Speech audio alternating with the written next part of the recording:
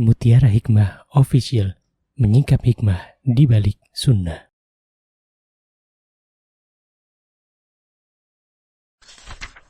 Salurkan donasi terbaik Anda untuk mendukung dakwah Mutiara Hikmah Official. Mari kita ikut serta dalam pembebasan tanah wakaf untuk pembangunan Masjid Mutiara Hikmah. Estimasi kebutuhan dana sebesar Rp1.125.000.000. Bagi Anda yang ingin menyalurkan donasi, bisa melalui rekening Bank BSI di nomor rekening 2200220245 atas nama Masjid Mutiara Hikmah.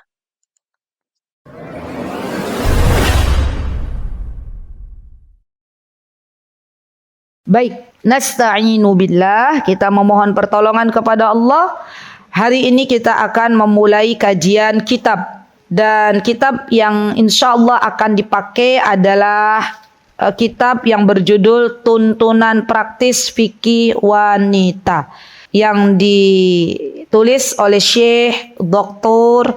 Shalih Fauzan Al-Fauzan hafidhahullahu ta'ala, dari salah satu ulama yang masih hidup, ibu-ibu yang fatwanya banyak diminta oleh para hamba Allah tahun ini adalah Syekh Fauzan hafidhahullahu ta'ala. Baik, coba ada yang sudah punya? Boleh acungkan tangan. Belum punya semuanya? Alhamdulillah. Nanti insya Allah boleh dibeli. Baik itu online, saya nggak jualan bukunya, atau mungkin dikoordinir sama panitia ya boleh. Mau beli offline ya boleh. Ini sepertinya harganya nggak lebih dari semangkuk bakso ya. Ya insya Allah bagus kok. Ini bahasa Indonesia. Judulnya aja. Nanti ini kan coba kalau kita lihat di dalam judulnya ibu-ibu, yang pertama itu kita hari ini insya Allah akan membahas tentang kedudukan wanita, kemuliaan wanita sebelum Islam dan setelah Islam datang. Kemudian yang kedua nanti insya Allah di pertemuan berikutnya kita akan belajar tentang bagaimana sebaiknya wanita menghias diri. Kemudian pertemuan yang ketiga insya Allah tentang ini sudah ya ibu-ibu ya. Kita sudah pernah ambilkan haid, nifas, istihadah, dan nanti dilewat. Ya, haid, istihadah, dan nifas. Kemudian pertemuan yang keempat adalah tentang bagaimana hukum berpakaian untuk seorang muslimah. Kemudian pertemuan yang kelima adalah hukum bagaimana khusus tentang, nah ini bagus nih, mungkin ini diperlukan bagi kita, mengurusi jenazah wanita. Jadi Masya Allah ini, teras muslimah Aisyah ini semua dapat ya, yang berkaitan dengan wanita. Sebelumnya saya mau tanya, ibu-ibu di sini sudah ada yang pernah mengurusi jenazah? Coba boleh acungkan tangan berapa orang? 1, 2 orang. Baik. Biasanya kalau ibu-ibu mengurusi jenazah itu peralatan piranti ya. Itu bagaimana? Disediakan atau beli? Disediakan dari kampung. Baik. Coba dicatat ibu-ibu panitia, ini berarti pertemuan yang keempat. Itu nanti sebelum pertemuan keempat minta tolong untuk disediakan seperti kain kafan, seperti apa lagi namanya. Contohnya nanti mau pakai boneka atau orang? Manekin atau orang? Mau orang? Oh mau orang. Oh Masya Allah. Baiklah, bismillah ya berarti ya. Ya, nanti tinggal panitia menyediakan peralatannya ya. Baik. Di sini cukup enggak? Cukup. Baik. Kemudian nanti di bab berikutnya adalah hukum yang khusus tentang puasa bagi muslimah. Masya Allah, udah persiapan Ramadan nih. Ya, coba dihitung. Sudah masuk Ramadan belum? Sekarang bulan apa? Juli. Muharram. Belum masuk Ramadan ya? Muharram, Safar, Jumadil Ula, Jumadil Akhir, kemudian Rabiul Awal, Rabiul Akhir, Rajab, Sya'ban, Ramadan. Masih ada waktu. Berarti nanti kita belajar di pertemuan yang ke berapa ini? 3, 4, 5, 6. Yang ke-6, yang ini yang jenazah satu. Ulangi lagi. Saya jadi bingung ya. Ulangi lagi. Yang pertama adalah hukum untuk hari ini ya, kemuliaan wanita. Yang kedua, menghias diri bagi muslimah. Yang ketiga langsung aja. Yang ketiga adalah hukum tentang berpakaian. Oke. Oh, tadi ada yang belum saya sebutkan. Yang keempat, ibu-ibu, hukum tentang sholat bagi muslimah. Nanti kita akan tahu softnya muslimah itu seperti apa. Kalau sholat apakah sama dengan laki-laki atau seperti apa. Yang keberapa? Sekarang yang kelima. Yang kelima adalah hukum tentang jenazah. Pemulasan itu yang kelima. Yang keenam adalah hukum tentang puasa bagi muslimah. Yang ketujuh adalah hukum-hukum yang berkaitan dengan haji dan umrah bagi muslimah. Masya Allah, komplit ini ibu-ibu. Ya, namanya belajar kilat. Ya, biasanya kalau haji dan umrah itu manasiknya beberapa kali. Nanti ibu-ibu dapat satu kali saja. Masya Allah, Masya Allah. Ya, semoga nanti insya Allah bisa dipahami ya ibu-ibu ya. Baik, yang keberapa ibu-ibu? Sekarang yang ke-8. Yang ke-8 adalah hukum tentang rumah tangga. Ya, suami istri. Dan terakhir adalah hukum dan kewajiban wanita dalam menjaga kehormatannya. Ada berapa pertemuan itu? 9. Dan insya Allah ya pengennya satu pertemuan, satu sesi pertemuan, satu judul atau satu tema. Dan ibu-ibu, nanti saya tidak membaca, tapi saya berusaha untuk menyimpulkan dan menambahkan. Jadi ibu-ibu nanti silahkan dibeli aja bukunya untuk dibaca-baca ulang di kediaman ibu masing-masing. Jadi malamnya dibaca ulang. Ya, sudah saya fotokan bukunya, sudah saya kirim ke panitia kajian. Nanti monggo di-share di grup. Silahkan ibu-ibu nanti bisa memilikinya biidnillahi ta'ala. Baik, hari ini kita akan belajar tentang bab pertama, yaitu tentang bagaimana kedudukan seorang wanita sebelum datang Islam dan setelah datangnya Islam. Ketahuilah wahai saudariku bahwa dulu di masa-masa jahiliyah kalau kita berbicara masa jahiliyah itu artinya apa ibu-ibu? Kebodohan. Berarti datangnya kapan itu? Setelah Rasulullah diutus atau sebelum Rasulullah diutus? Sebelum Rasulullah diutus. Sebelum Rasulullah diutus, maka bangsa Arab itu berada di masa-masa di mana akhlak mereka itu bobrok. Ya, contohnya apa? Kenapa bisa dikatakan sebelum Rasulullah SAW diutus itu bangsa Arab tidak memiliki akhlak yang baik? Di antaranya karena mereka tidak ada panduan di dalam kehidupannya. Misalnya apa? Banyak sekali yang namanya perampokan. Jadi zaman dulu tuh kalau ada kafilah dagang, dan kita tahu orang Arab itu dagangnya ke dua negara. Ya, Allah Subhanahu wa taala menyebutkan dalam surah Al-Quraisy. Coba ibu-ibu baca. Yuk kita baca. Surah Al-Quraisy. Ta'awud terlebih dahulu. A'udzu billahi minasyaitonir rajim. Bismillahirrahmanirrahim. Li'ilafi Quraisy إيلافهم رحلة الشتاء والصيف فليعبدوا رب هذا البيت الذي أطعمهم من جوع وآمنهم min khauf. Lihat, Allah Subhanahu wa taala menerangkan ibu-ibu dalam surah Al-Quraisy bahwa orang-orang Quraisy, bangsa Arab pada umumnya, mereka itu berdagang ke dua negara. Dibagi menjadi dua. Musim asyita, jadi kalau orang Arab bilang asyita itu artinya musim dingin. Dan ibu-ibu tahu yang namanya musim dingin di Arab itu tidak seperti musim dingin di Indonesia. Kita punya nggak musim dingin? Nggak punya. Adanya kita musim hujan. Ya, musim dingin di Arab itu kalau sudah mencapai puncaknya maka akan terjadi mins. Baik itu -3, -4, -5 sampai -10. Ya, itu dinginnya luar biasa. Maka biasanya mereka berdagang menuju negeri mana? Syam atau Yaman? Syam, ya. Dan sebaliknya as-saif itu berarti musim panas, mereka berdagang ke negeri Yaman. Jadi dua jalur perdagangan yang mereka lewati adalah Yaman dan Syam.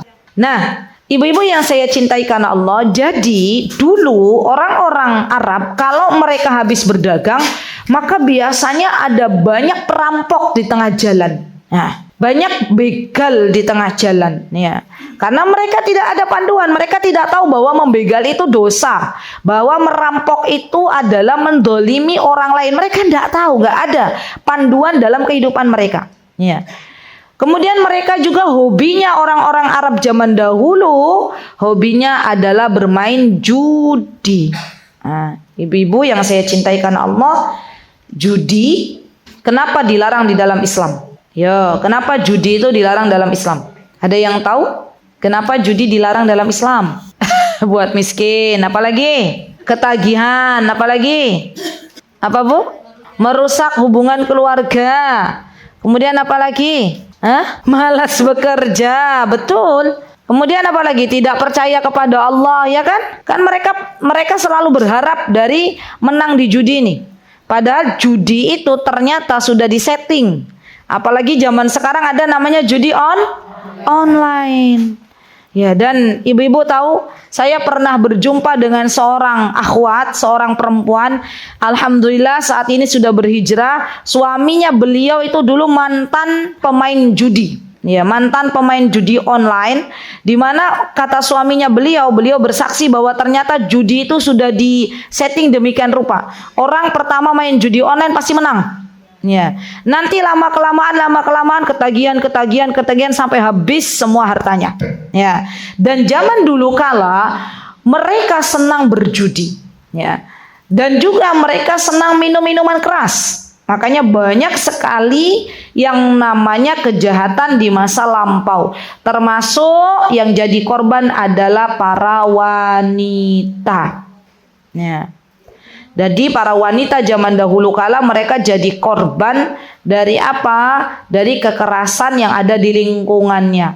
Sampai-sampai ada sebuah adat, sebuah kebudayaan di masa lampau yang mana ini sudah terkenal. Mereka mengatakan kalau ada bayi perempuan, menurut mereka perempuan ini ketika dalam sebuah keluarga ada perempuan, maka menurut orang-orang Arab zaman dahulu pasti perempuan ini bawa sial. Itu adalah pemikiran mereka. Jadi pemikiran mereka kalau ada bayi perempuan harus kita bunuh hidup-hidup. Ya, Ustazah, apakah ini benar terjadi? Benar. Allah Subhanahu wa taala telah menerangkan di dalam Al-Qur'an, ibu-ibu boleh dibuka ya bagaimana kejamnya orang-orang jahiliyah kepada bayi-bayi perempuan. Silakan dibuka surah An-Nahl. Yuk dibuka semuanya. Surah An-Nahl ayat 58 59. Ayat 58 59. Sudah ketemu? Baik. Kita tunggu ya. Ayat 58 sampai 59. Kalau pakai Quran Madinah ada di halaman 273. Quran Mushaf Ras Utsmani. Ibu-ibu yang sudah ketemu halaman berapa? Kalau di HP halaman berapa? Ada nggak? Nggak ada. Sudah ketemu? Yuk dibaca bareng-bareng yuk. Kita tadi sudah ta'awud ya, langsung baca ayatnya. Wa idza busyira ahaduhum bil unsa dhalla wajhuhu muswaddan wa huwa kadhim yatawara minal qawmi min ma busyira bih ayumsikuhu ala hunin am yadussuhu fit turab ala sa'a ma yahkumun. Lihat ibu, apa kata Allah? Wa idza busyira ahaduhum, kalau di antara mereka diberikan busyira dari kata basyara yubasyiru, diberikan sebuah kabar. Kabar apa? Kabar akan lahirnya bayi perempuan. Ya. maka mereka dhalla wajuhu muswaddaw wa huwa kadhim. Maka mereka, keluarganya terutama ayahnya, mereka ya akhirnya menjadi hitamlah, merah padamlah mukanya. Dan mereka, dari muka mereka menunjukkan mereka tidak terima, sangat-sangat marah. Ya. Pertanyaannya ibu-ibu, dari mana mereka tahu kalau bayi yang dilahirkan oleh istrinya akan melahirkan bayi perempuan? Ayo ibu-ibu, kan dulu belum ada USG. Kalau sekarang itu kan ibu-ibu mau melahirkan bayi, ya periksa di bulan keberapa itu sudah diketahui jenis kelaminnya. Di bulan kelima sudah tahu ini kelaminnya laki-laki atau perempuan. Zaman dulu kayak mana? Di mana bu? Diraba, ini laki-laki apa perempuan gitu ya. Namanya ilmu titen mungkin ya. Ilmu titen tuh misalnya anak laki-laki kayak mana nanti di kandungan ibunya, anak perempuan seperti apa, wallahu ta'ala. Yang jelas begini kata Ibnu Katsir. Ya di dalam tafsir Ibnu Katsir disebutkan bahwa seorang ayah, calon ayah, kalau istrinya mau melahirkan, ya istrinya sudah hitungan masuk bulan 9, maka istrinya itu dibentangkan di tanah. Ya. Dan di sebelahnya sudah digali dengan digali tanah yang akan dijadikan kuburan. Ya, coba dibayangkan ibu-ibu. Seorang wanita digeletakkan di sebuah tanah kalau mau melahirkan, boro-boro di kasur, ya. Di tanah di mana di sampingnya itu sudah digali kubur. Maka kalau bayi yang dilahirkan oleh istrinya laki-laki, maka ayahnya akan mengangkat bayi laki-laki itu tinggi-tinggi dan mereka akan membanggakan bayi laki-laki ini dengan mengatakan, saya punya anak laki-laki, saya punya anak laki-laki, lihatlah ini anak laki-lakiku. Itu dijelaskan oleh Ibnu Katsir. Tapi sebaliknya, kalau yang brojol itu adalah bayi perempuan dari istrinya, maka tidak lagi pakai basa-basi, bayi perempuan itu akan dikubur hidup-hidup di sebuah kuburan yang telah disediakan oleh ayahnya sendiri. Astagfirullah wa atubu ilaih. Ya kan, ngeri banget toh bu. Masih hidup loh bayinya. Ya masih hidup. Dan ini terjadi di masa lampau. Kalau bayi perempuan, maka yang ada dikubur hidup. Maka dari itu Allah menjelaskan di ayat lain, ibu-ibu bisa melihat di surat At-Takwir ayat 8 sampai 9. Surah At-Takwir, silakan dibuka. Surah At-Takwir ada di juz 30. Halaman berapa ibu-ibu? Tolong dibantu. At-Takwir. Halaman berapanya sudah ketemu? Kalau di Ras Usmani halaman 586. Sama ya? Oke, apa kata Allah Subhanahu wa taala? Saya bacakan ayatnya. Ayat 8 sampai 9 kata Allah Subhanahu wa taala, "Wa idzal mau'udatu su'ilat bi ayyi dzambin qutilat." Ketika bayi-bayi perempuan yang dikubur hidup-hidup itu kelak bertanya di akhirat. Nah, mereka tanya. Apa yang mereka tanyakan? Mereka tanya ke ayah-ayah mereka yang dulu ngubur mereka hidup. Apa yang mereka tanyakan? Kena dosa apa yang saya lakukan sehingga saya dikubur hidup-hidup, sehingga saya dibunuh. Lihat, nanti bu, setiap bayi yang dibunuh hidup-hidup termasuk ya di zaman sekarang di mana marak sekali para perempuan yang dengan sengaja menggugurkan bayinya, menggugurkan janinnya, dan itu sudah berbentuk manusia, maka kata para ulama mereka masuk ke dalam dosa membunuh bayi hidup-hidup. Hati-hati ya. Kan zaman sekarang ada apa enggak bu? Wanita mengaborsi janinnya banyak. Na'udzubillah summa na'udzubillah. Kita bu kalau punya anak perempuan dan anak laki-laki di zaman sekarang itu sama saja, ya. Maka zaman sekarang itu zaman di mana kejahatan merajalela di mana-mana. Butuh yang namanya anak-anak kita dikawal dengan doa. Kita sebagai orang tua berdoa kepada Allah, ya Allah, jagalah anak perempuanku. Ya Allah, jagalah anak lakiku. Ya Allah, jauhkanlah mereka dari perbuatan zina. Karena di antara tanda merebaknya, di antara tanda akan datangnya kiamat, sebelum datang kiamat, apa kata baginda Rasulullah? Akan banyak yang namanya perzinahan. Baik itu perzinahan laki-laki dengan perempuan maupun laki-laki dengan laki-laki ataupun perempuan dengan perempuan, sama saja. Ya, jadi kita harus banyak-banyak berdoa kepada Allah. Nah, bayi-bayi yang dikubur hidup-hidup ataupun janin yang digugurkan dengan sengaja, maka kelak nanti di akhirat mereka akan meminta pertanggungjawaban kepada setiap orang tua yang telah menggugurkan dirinya. Dosa apa yang telah saya perbuat? Ya Allah. Dan kita tahu ibu-ibu, kita semuanya akan mempertanggungjawabkan semua apa yang kita lakukan di dunia, baik dari keburukan maupun dari amal salih. Setiap waktu yang kita habiskan di dunia, dari detiknya, menitnya, jamnya, semua kita akan pertanggungjawabkan di hadapan Allah Subhanahu wa ta'ala. Maka hati-hati, walaupun manusia tidak melihat kita, tapi Allah melihat kita. Dan kita akan mempertanggungjawabkan apa yang kita lakukan di dunia ini di hadapan Allah Subhanahu wa ta'ala. Baik. Kemudian dulu pada zaman dahulu wanita juga dijadikan sebagai harta warisan yang dibagi-bagikan. Ya Allah. Jadi dulu pada masa jahiliyah boro-boro wanita dapat warisan, Bu. Yang ada wanita ini dijadikan sebagai harta warisan.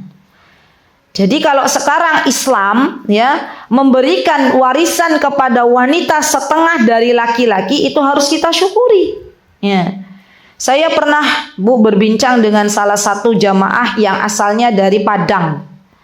Saya dulu pernah dengar, tapi baru dengar sih kalau di Padang itu harta warisan apa? Diserahkan semuanya kepada wanita, ya kan ya? Terus saya tanya ke orang Padangnya langsung ke jamaah kajian, benar enggak kejadian ini? Apakah mungkin cuman rumor saja atau memang aslinya seperti itu? Katanya memang seperti itu, begitu ya? Maka sebaiknya bagaimana Ustazah kalau kita sudah tahu nih, sebenarnya Islam itu adalah agama yang adil. Dalam warisan wanita itu dibagi setengah harta dari laki-laki. Maka ibu-ibu yang dari Padang boleh berdakwah, ya, memberitahu masyarakat sekitar bahwa sesungguhnya di dalam Islam yang namanya wanita itu dapat warisan setengah. Jadi adil apa enggak Ustazah? Adil. Ya, dan ini kelak ibu-ibu akan ada. Bahkan sekarang pun banyak orang-orang yang berusaha para wanita untuk mengambil warisan sama dengan laki-laki. Ya. Dan ingatlah bahwa sesungguhnya yang namanya laki-laki itu bertanggung jawab dengan anak-anaknya, bertanggung jawab dengan istrinya, bertanggung jawab dengan ibu kandungnya. Kalau perempuan bertanggung jawab dengan siapa? Tidak ada. Ya suaminya. Tapi untuk hartanya apakah ada? Seorang wanita wajib memberikan nafkah kepada anak dan suaminya? Tidak ada. Kalau laki-laki dia wajib menafkahi siapa? Menafkahi istrinya. Menafkahi anak-anaknya. Menafkahi ibu kandungnya. Lihat. Kapan itu Ustazah menafkahi ibu kandungnya? Kalau ibu kandungnya sudah tidak ada lagi yang menafkahi. Ya, maka kita sebagai seorang istri, ibu-ibu, kalau kita punya mertua kita sudah tidak ada lagi yang menafkahi, bapak mertua kita sudah meninggal, suami dari ibu mertua kita sudah meninggal, maka jangan segan-segan kita katakan kepada suami kita, sayangku, cintaku, belahan jiwaku, gitu ya. Yuk, mulai hari ini kita bagi jatah bulanan itu untuk ya keluarga kita dan untuk ibu mertua. Masya Allah. Itu yang sebenarnya ada dalam Islam. Jadi tidak ada yang namanya menantu dan mertua itu bersaing. Tidak ada. Ya. Kan kalau di sinetron, ibu-ibu pernah nggak lihat sinetron yang namanya ibu dan mertua itu nggak pernah bersatu? Ibu dan mertua dan menantu nggak pernah bersatu. Pernah lihat? Dulu ya sebelum hijrah ya. Alhamdulillah sekarang Allah selamatkan kita semuanya. Nah, kalau di dalam Islam yang namanya ibu mertua, ibu kandung dari suami kita, itu maka nafkahnya dari siapa kalau suaminya sudah meninggal? Dari anak laki-lakinya. Ya, dari suami kita. Maka jangan pernah kita pelit kepada ibu mertua kita, karena sesungguhnya yang membesarkan suami kita menjadi seorang yang sukses ya atas izin Allah, juga ikhtiar ya usaha dari kedua orang tuanya. Ya, baik. Kemudian dulu di zaman dulu kala kaum wanita pada masa jahiliyah kalau mereka diceraikan oleh suaminya maka nggak ada lagi masa iddah. Ibu-ibu paham iddah itu apa? Iddah itu masa menunggu. Kalau sekarang dalam Islam itu kan ada masa iddah. Kalau istri atau seorang wanita ditinggal suami, masa iddahnya berapa ibu-ibu? Ditinggal 4 bulan 10 hari. Catat ini baik-baik.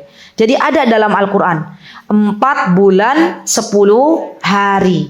Jadi kalau ada seorang istri ya Allah, kemarin saya pas lagi di Mekah itu saya dengar kabar ya ada salah satu jamaah yang suaminya diwafatkan oleh Allah Subhanahu wa taala, dan Masya Allah mereka itu adalah orang-orang yang berkhidmat untuk Islam, mengajar Al-Quran. Ya, semoga Allah menguatkan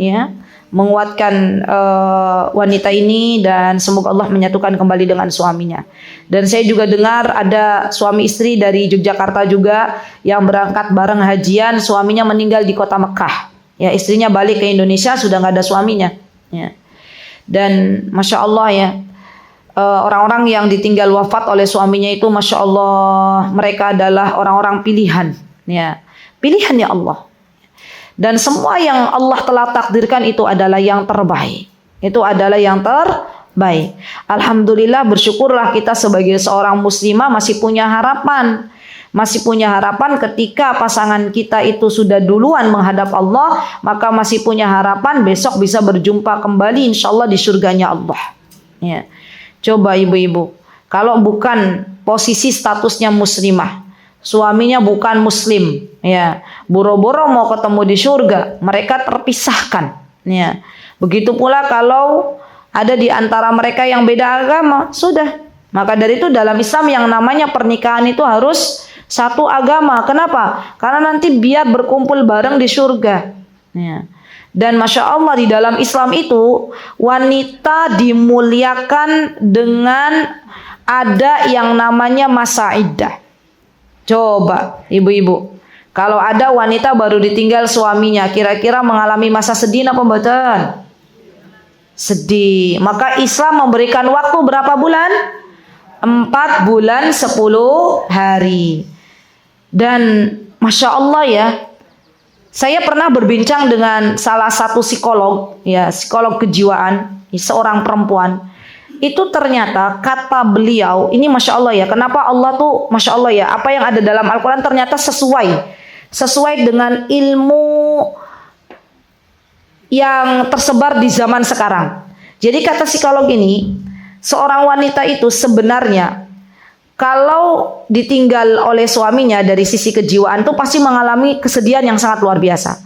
Namun usia masa 4 bulan 10 hari itu bisa menjadikan wanita ini tegar kembali. Ya, jadi ada masa proses tuh. Enggak sekarang ditinggal besok menikah. Ya. Kalau dulu di masa jahiliyah ibu-ibu yang namanya wanita itu enggak dikasih kesempatan iddah. Kalau suaminya meninggal, tadi pagi misalnya meninggal, maka sore ada lamaran yang datang harus wajib untuk menerimanya. Ya, itu.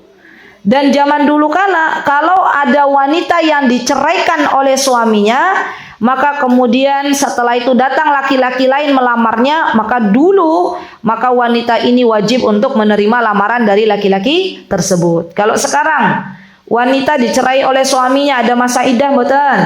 Ada.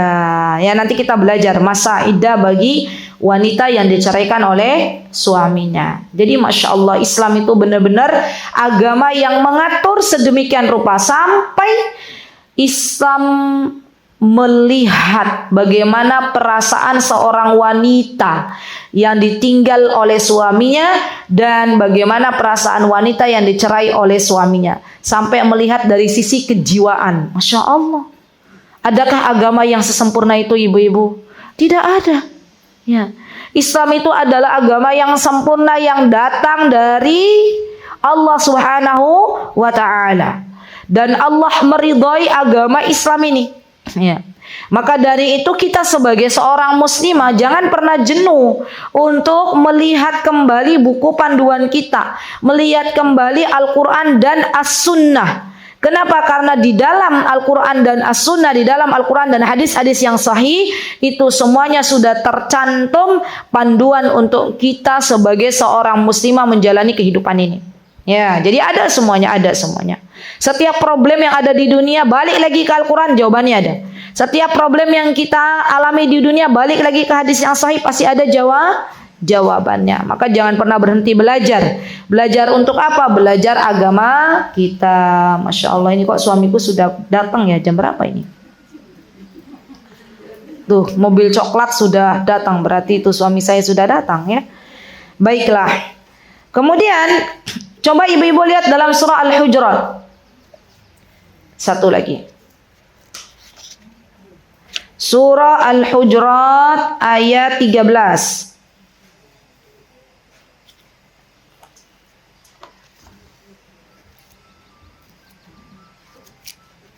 Oke, sudah? Saya bacakan ayatnya atau mau baca bareng-bareng? Gimana? Bacakan. Baik. A'udzu billahi minasy syaithanir rajim. Ya ayyuhan nasu inna khalaqnakum min dzakarin wa untha waja'alnakum syu'uban wa qabaila lita'arafu inna akramakum 'indallahi atqakum innallaha alimun khabir. Apa kata Allah? Wahai manusia, sesungguhnya kata Allah, kami telah menciptakan kalian dari laki-laki dan perempuan, dan kami jadikan syu'ub wa qabail, suku-suku yang ada itu untuk apa ibu-ibu gunanya? Untuk saling mengenal. Dan sesungguhnya kata Allah, orang yang paling mulia di sisiku adalah orang yang paling bertakwa. Lihat, apa perbedaan manusia di zaman jahiliyah dengan manusia yang ketika datang setelah Islam, atau muslimah yang dia lahir setelah Rasulullah SAW diutus menjadi seorang Rasul. Dulu ibu-ibu, dulu mereka itu orang-orang jahiliyah, mereka saling membangga-banggakan sukunya. Mereka saling membangga-banggakan kabilahnya. Mereka membawa nama nenek moyang mereka untuk kejayaan mereka.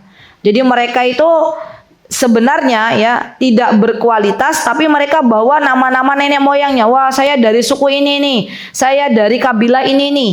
Maka ketika datang Islam, apa kata Allah Subhanahu wa taala? Yang namanya kabilah, suku itu bukan untuk dibangga-banggakan. Janganlah engkau berbangga-bangga dengan nasab. Karena sesungguhnya apa? Sesungguhnya Allah Subhanahu wa taala akan memilih dari kalian hamba yang paling bertakwa. Jadi zaman sekarang sebenarnya ibu-ibu tidak lagi diperbolehkan untuk kita berbangga-bangga dengan nasab.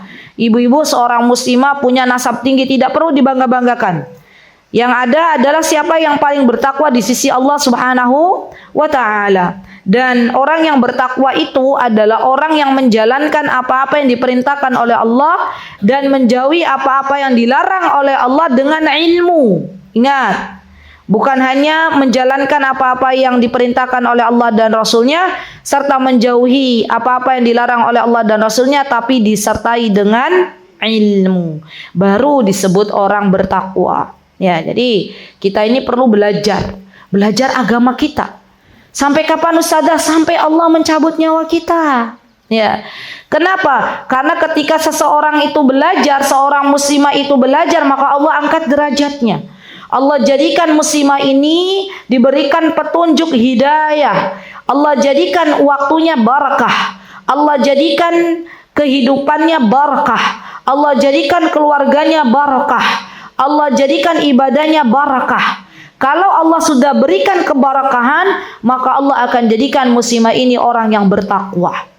Kalau Allah sudah jadikan muslimah ini bertakwa, maka muslimah ini menjadi bintang di hadapan Allah Subhanahu wa ta'ala. Jadi kita nggak perlu lagi ya ibu-ibu, ya kita membeda-bedakan antara miskin dan kaya, antara kabilah satu dengan suku lainnya. Nggak ada. Di hadapan Allah tuh sama. Ya.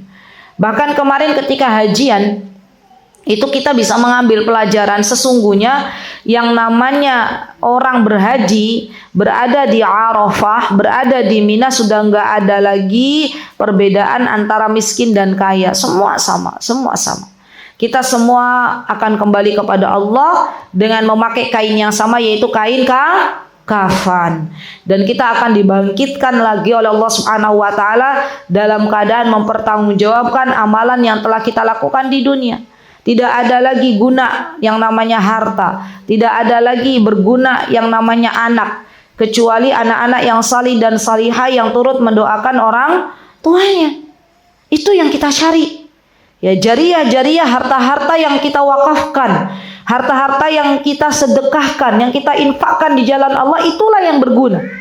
Tapi kalau harta yang hanya kita simpan, harta yang hanya kita jadikan, kita keluarkan untuk berfoya-foya, maka itu tidak ada lagi yang tersisa untuk akhirat kita.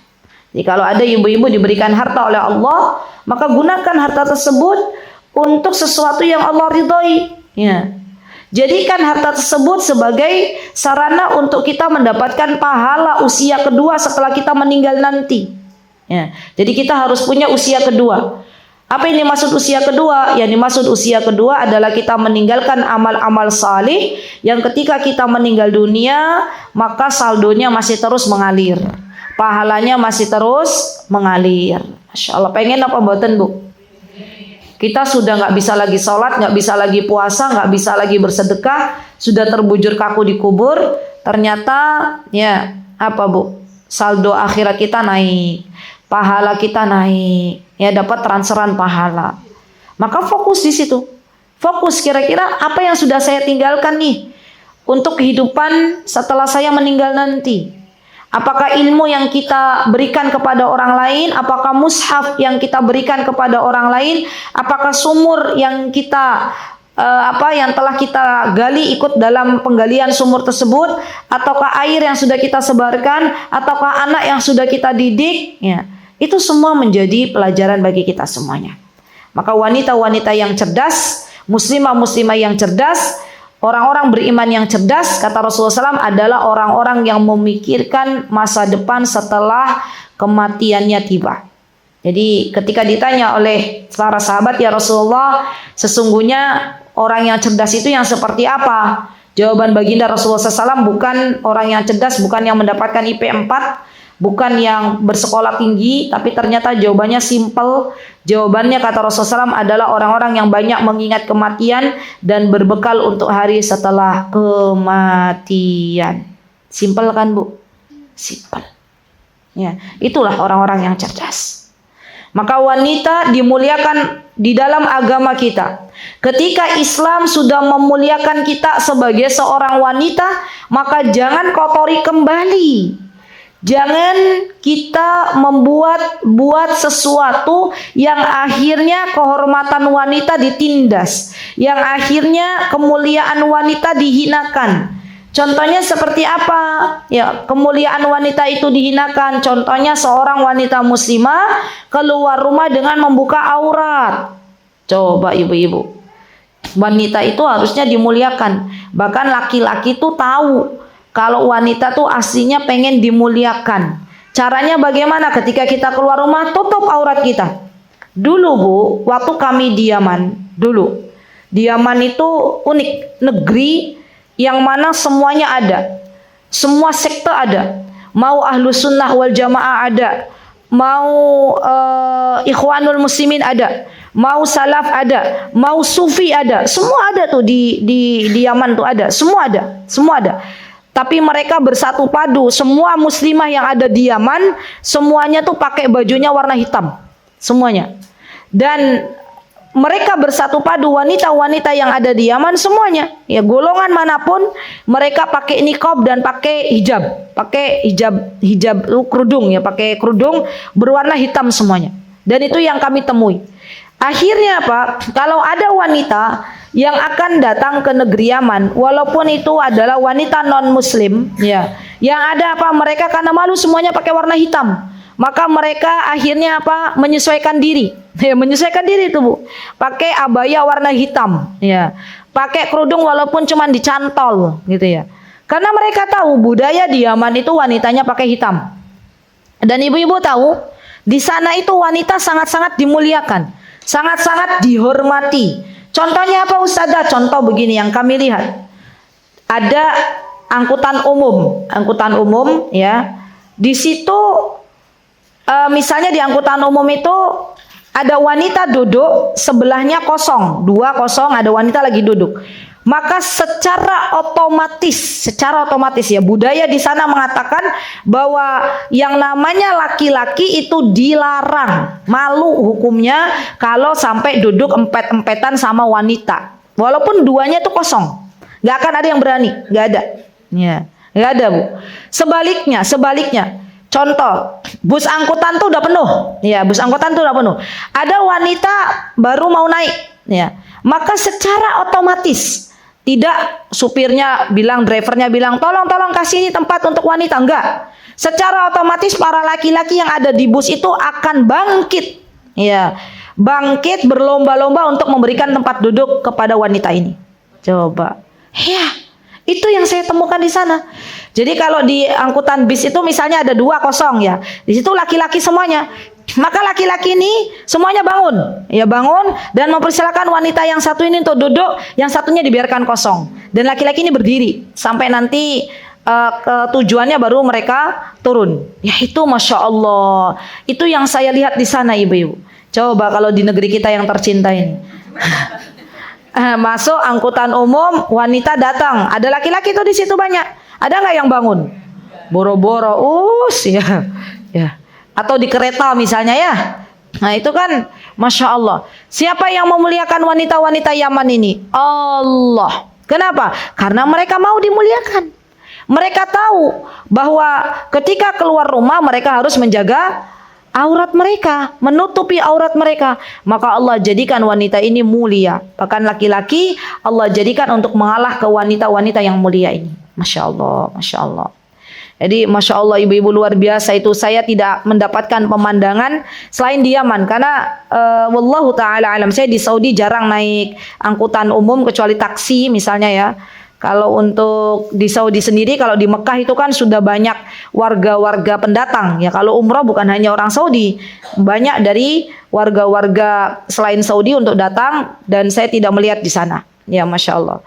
Baik, kemudian apalagi ibu-ibu, seorang wanita kalau pengen dimuliakan, maka kata Allah satu lagi sebelum saya mengakhiri kajian ini. Apa kata Allah Subhanahu wa taala? Wa qarna fi buyutikun. Ini kaidah ya, bukan saya yang berkata, bukan. Apa kata Allah Subhanahu wa taala kalau pengen wanita itu dimuliakan? Maka kata Allah Subhanahu wa taala wa qarna fi buyutikun. Tetap tinggallah di rumah-rumah kalian. Siapa yang berkata ibu-ibu? Siapa yang berkata? Siapa yang berfirman? Allah. Berarti kalau Allah sudah berfirman, tinggallah hai wanita di rumah-rumah kalian, berarti sesungguhnya ada kebaikan yang Allah inginkan. Apa sih manfaatnya seorang wanita di rumah? Satu, apakah ada manfaatnya wanita di rumah? Hah? Bersih-bersih rumah. Yang kedua, jaga anak. Yang ketiga, jaga harta. Yang keempat, jaga diri. Yang kelima, jaga hati. Betul. Yang keenam, jaga kehormatan suami. Betul. Yang ketujuh, jaga pandangan. Ya kan? Coba ibu-ibu kalau di rumah paling utak-utak yang dilihat hanya itu aja ya kan? Kalau keluar rumah lihat orang ganteng ya. Lihat apa lagi? Lihat macam-macam. Lihat barang-barang yang harusnya nggak harus belanja, akhirnya belanja, ya kan? Ya itulah wanita, masya Allah. Terus ibu-ibu, ternyata wanita di rumah itu di antara hikmahnya biar bisa beribadah. Coba ibu-ibu, kalau ibu-ibu pas liburan bisa sholat duha apa mboten? Saged, alhamdulillah. Ya, jadi di rumah tuh banyak manfaatnya. Nah sekarang kalau wanitanya banyak di luar rumah, maka yang ada anak-anaknya akhirnya terbengkalai. Yang tadinya ibunya harusnya jadi teman buat anaknya, anaknya akhirnya berteman dengan setan gepeng, ya, dengan HP. Kalau anak sudah bermain dengan HP berjam-jam, yang ada adalah kerusakan. Masya Allah. Apalagi seorang suami kalau wanitanya sering keluyuran, sering di luar rumah tanpa ada manfaat. Ingat, berarti ustazah nggak boleh yang namanya wanita muslimah itu keluar. Boleh. Kalau apa? Kalau ada hajat, kalau ada keperluan. Tapi kalau nggak ada keperluan, maka sebaik-baik tempat wanita adalah di rumah. Bagaimana kalau saya mengajar? Boleh nggak? Boleh. Bagaimana kalau saya, gimana lagi Ibu? Mau kajian? Boleh nggak? Boleh. Menuntut ilmu agama. Boleh nggak kalau saya silaturahim? Boleh. Ya. Tapi selain itu, maka diamnya di rumah itu adalah yang terbaik. Masya Allah.